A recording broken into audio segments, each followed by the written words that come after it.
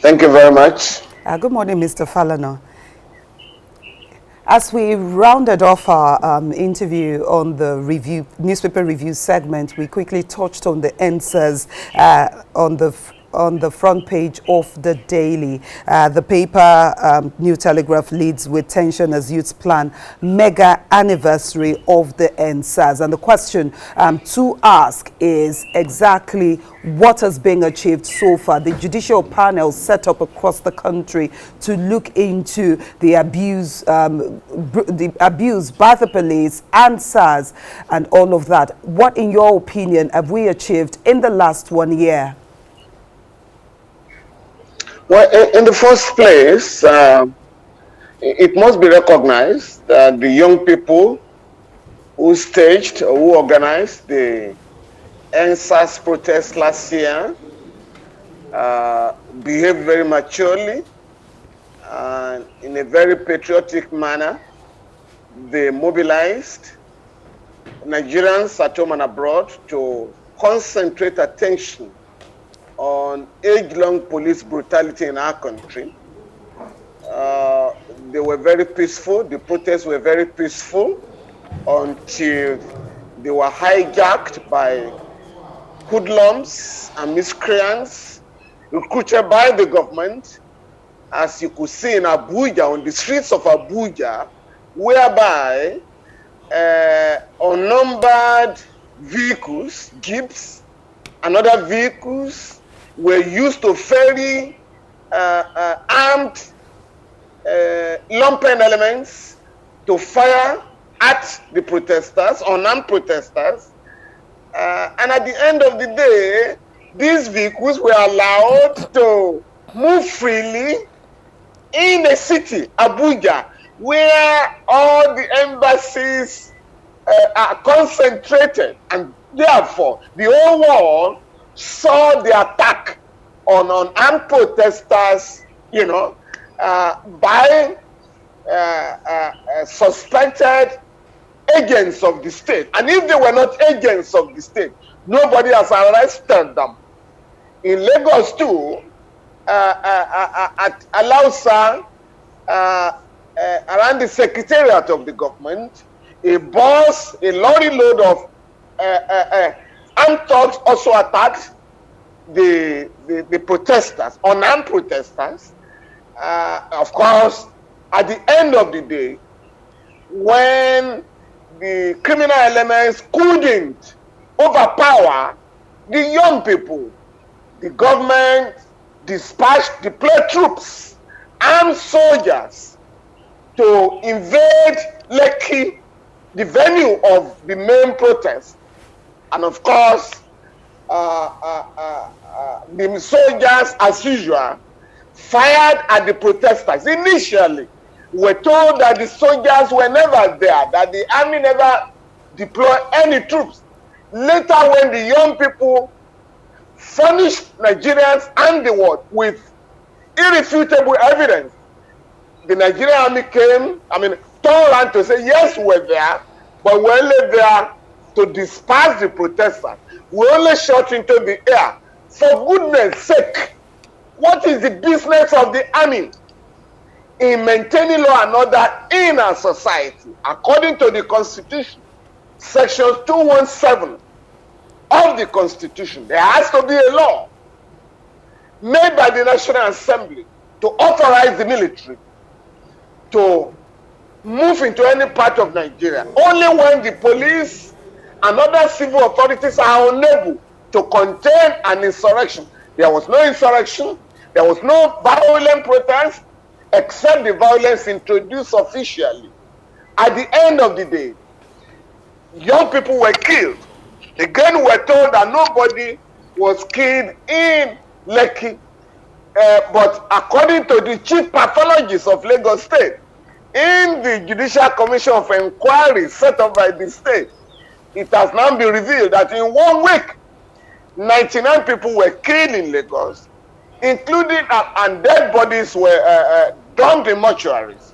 And 3 of those dead bodies have been traced to Lekki. Also, 20 dead bodies were allegedly brought from Ikoyi Correctional Center Again, the bodies are marked unknown. But I can tell you, having regards to my knowledge of the prison system, you cannot have any inmate that is unknown. Everybody is committed to prison in Nigeria by a warrant signed by a judge. The names are known. I mean, again, talking from personal experience. Every morning at 6 a.m., prison warders will knock on the door of every cell, count the number of inmates in case anything happened during the night, you know.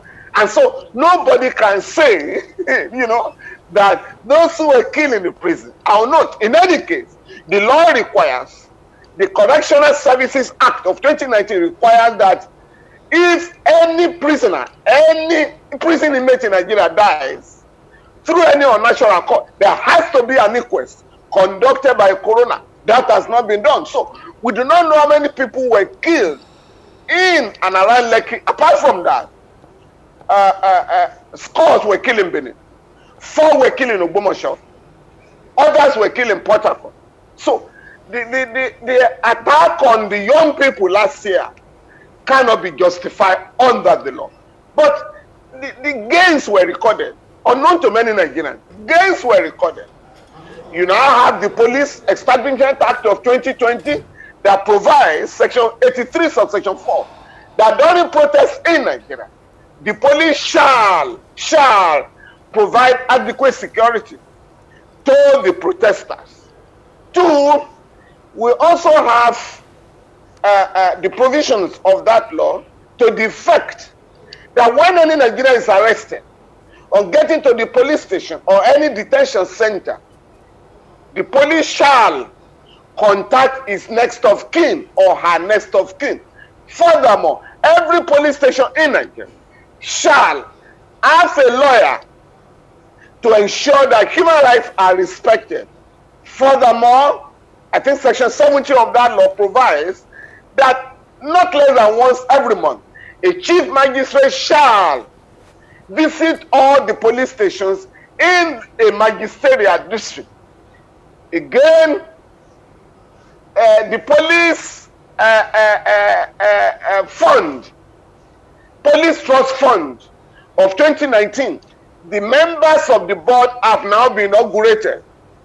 The money raised from the federation account and other sources will be put in that account to take care of the training of policemen, building of their barracks and equipping them. So those are the gains that have been recorded. We only hope that the young people led that struggle last year and the human rights community, the Nigerian Bar Association, will now sit down and ensure that these rights that have been guaranteed by the Constitution, the Police Establishment Act, the Anti-Torture Act, Legal Aid Act, and so on and so forth, are respected, are observed, so that every Nigerian will enjoy the formal human rights law regime in our country. All right, Mr. Falana, thank you for that insight. Then we look at some of the issues, of course, that is happening now. The front page of the papers this morning, we have that tension is mounting as US plan to have an anniversary. It is called a mega anniversary for that SARS protest. And beyond the achievement that SARS was also scrapped, that judicial panel of inquiry was set up as part of the issues to calm frayed nerves by the government. Do you think the youth deserve to have an anniversary of that SARS? Because from the look of things, it does look like the government wouldn't allow that to happen. Well, again, as I did say, it has to be realized by the government that Nigerians are not a conquered people.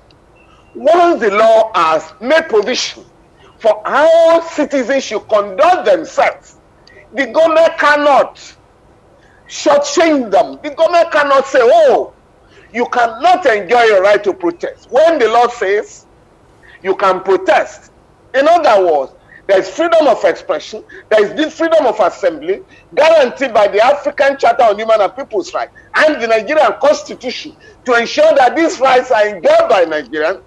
The Police Act now says during protest, the police shall provide security. Furthermore, the Electoral Act 2010 as amended, Section 94, also provides that during protest, the police shall have a duty to provide adequate security. If these provisions of the law are there and they have not been repealed, the government cannot, for goodness sake, the police cannot, the army cannot say Nigerians cannot enjoy their right to protest. All the government should do, as it is done in other parts of the world, including Ghana here, is to sit down with the leaders of the protest. Where do you want to have your protest? What venue? Where do you want to cover so that we can provide security? But to outlaw protests in Nigeria is barbaric. It reminds one of the colonial days. And what is more, leaders of this government, top officials of this government, protested up to 2014, and they were not disbanded under the new regime of public protests in Nigeria. In 2003 and before then, they were leaders of the opposition protesters were disbanded. But by 2014, the situation had changed because we had won a case in the Court of Appeal to the effect, that's IGP and AMPP, to the effect that Nigerians have the fundamental right to protest peacefully. And that is very important for all of us to realize.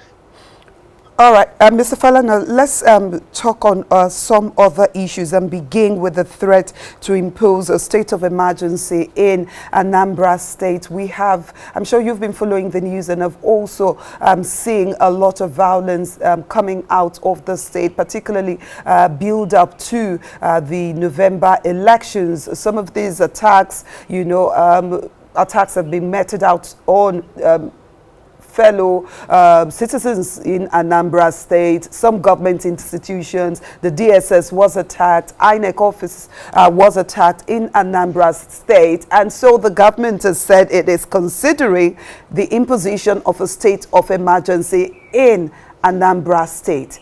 Has it come to this? Well, the development in Anambra State is very worrisome. Indeed, the entire eastern part of Nigeria. Killings are going on unabated. Destruction of properties are going on unabated. It is worrisome that these developments are occurring in a state where you have governments, in a country where you have got a government in place. Right now, our country is waging a war against insurgency by terrorists in the northeast and the northwest of the country. In the southeast, there is a full-scale war. Now, the government has a duty in Anambra State to ensure that the elections scheduled to take place in November are not disrupted by the so-called gunmen as well as security forces. Because it takes two to tango. The war being waged on both sides. So we would like to appeal to the government through this medium to sit down with those who are demanding for the state of Republic of Biafra, so that we can embrace peace. The government has a duty to discuss the grievances of those who say, oh, we are no longer satisfied with Nigeria, we want to break up the country. If the government can negotiate with terrorists who have killed thousands of people, over 30,000, displaced over 2 million people, destroyed properties worth billions of naira. The government is morally challenged. If it says we are not going to sit down, we're not going to negotiate, we're not going to dialogue with other people who are asking for a breakup of the country. When the government has announced happily that some terrorists have given up their weapons. They have embraced peace. And the government has rehabilitated them. The government has forgiven them. If the government can go that far, the government is morally bound to sit down and negotiate with others who are waging a war against the Nigerian state. And virtually all wars end, either you defeat those who are fighting a war, or both sides are compelled to go to the negotiation table in order to have some lasting peace. And this time around, the government has a greater responsibility to ensure that peace is restored in Anambra State, in line with the provisions of the Constitution. As I did say last week, there is no provision for imposing a state of emergency with a view to removing an elected governor or demolishing democratic structures. What the law provides, Section 305 of the Constitution, is that if there is a breakdown of law and order, if there is insurgency in any part of the country or in the whole country, the president is required to declare a state of emergency supported by the National Assembly, both chambers of the National Assembly, and is specifically stated in Section 11 of the Constitution. Even where a House of Assembly of a state cannot sit, and the National Assembly has to take over to enact laws for that state, stated clear that this does not translate to the dissolution of democratic structures in that state, to the removal of the governor in that state. Therefore, once this is made clear to the government, the government should then proceed to ensure that all extraordinary measures are put in place to restore law and order in strict compliance with Section 305 of the Constitution. Thank you. In other words, all the measures that the government should deploy shouldn't include a state of emergency from what you have posited there. I guess that's what you're saying, that the state of emergency isn't a solution to the problem in Anambra State ahead of the elections. Well, if you look at what has happened since 2015, the government, without declaring a state of emergency, has adopted measures to restore law and order in the northeast, in the northwest, in the south-south, in the southwest, and other parts of the country. Whereas the law requires the president to declare a state of emergency. That has not been done. Unfortunately, members of both chambers of the National Assembly have not drawn the attention of the government to the relevant provisions of the Constitution, that up to 2014, states of emergency, a state of emergency was declared in the Northeast zone, renewable every 6 months. Since 2015, troops have been deployed, police have been deployed without a state of emergency. You do not do that without a formal declaration of a state of emergency. And within 2 days, the National Assembly must meet because of the urgency of the situation and pass a resolution supporting the state of emergency. If the National Assembly is not in session, that should be done within 10 days. And once that has been done, the president would then move to deploy troops, to take extraordinary measures like shutting down communication, imposing curfew, and the rest of them. Because these are not actions that are taken in peacetime. And that is why the Constitution has made adequate. In fact, the governor of a state, Section 305 of Section 4, is required to allow the president, to request the president, based on the resolution of the House of Assembly of that state. But where the governor fails within a reasonable time, the president has a duty to declare a state of emergency in any state. All right, Mr.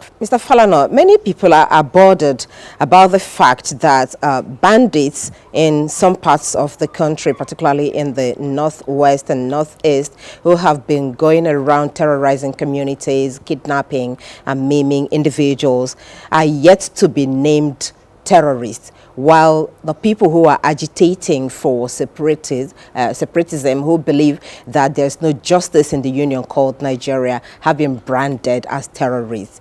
What do you think about this? And do you think it is time for government to designate bandits as terrorists in order to tackle the challenges they pose? Well, again, one would like to appeal to the government, federal government, the state governments involved, and the media to stop calling terrorists bandits. Under the Terrorism Prevention Act of 2011, as amended by the Terrorism Prevention Act of 2013, there is no provision for bandits or banditry. What you have by virtue of Section 2 of the law, Section 2 of that law defines acts of terrorism to include kidnapping, killings, hijacking of transportation means, and for goodness sake, anybody who can down a plane, military plane, cannot be said to be ordinary kidnappers or bandits. They are terrorists as defined by the law. And the government has a duty to let the world know why these terrorists operating in the Northwest are not called terrorists. For instance, when the Dapchi girls were kidnapped in this country, I think that was in 2017, when the other girls were kidnapped in 2014, the kidnappers were called terrorists. Now, why are we now drawing a line of dichotomy between those who kidnap children in the Northeast, school children, and those who kidnap school children, students, including primary school pupils in the Northwest? Why are they not all called terrorists? Nobody has explained the basis of labeling terrorists operating in the Northwest bandits. And unless there is a new law, there is no basis for calling those who are making life difficult for our people, those who are killing people on a daily basis, those who are abducting people on a daily basis for ransom, huge ransom, those who are downing planes and destroying them. There can be no basis for calling them bandits. They are called bandits to downgrade the punishment that should be meted out to them. I mean, again, you cannot prescribe the Boko Haram sect, prescribe even IPOB and IMN, and then call bandits terrorists. I mean, terrorist bandits. So I am appealing to the media in particular to call the terrorists operating in the Northwest terrorists, because they are terrorists. They are carrying out acts of terrorism defined by Section 2 of the Terrorism Prevention Act of 2011 as amended. All right, Mr. Falana, just before we let you go, let's quickly touch on the issue of the government knowing who these terrorists are, but not choosing not to mention names. In April this year, government said they had arrested 400 bureau de change related people who were sponsoring Boko Haram. Recall also that 6 Nigerians are currently facing prison terms of 10 years to life after a federal appeals court in the UAE upheld their conviction for funding terrorist group Boko Haram in Nigeria to the tune of $782,000. But yet, back home here, the federal government is saying, we know them, but we won't mention them. Why is the government holding on to that position, and what should be done? No, holding on to what position? Deciding, rather, not to mention those that are known to be sponsoring and financing terror in Nigeria. Well, again, this is where the media will come in to remind the government of the need for consistency, to remind the government of the need to treat Nigerians with equality, because the Constitution provides for equal treatment of citizens under the law. There shall be no discrimination. And this applies to criminal elements as well. The government cannot be allowed to publish the names of alleged looters of the treasury, only to say, oh, when it comes to terrorists or financiers of terrorists, oh, we're not going to name them, whereas you had already promised to name them. So if you can name alleged looters, if you can name armed robbery suspects, if you can name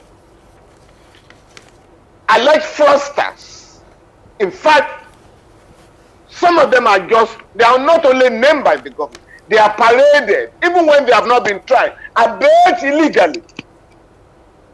You cannot now change the law or the practice when it comes to sponsors of terrorism. And that is why the media must assist the government, must assist Nigerians to ensure that citizens are treated equally, that equals are treated equally and not unequally.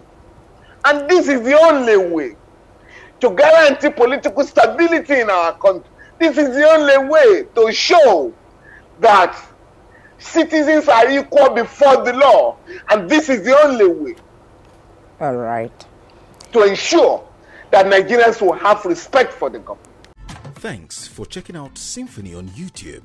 Please be sure to subscribe and like our videos for updates.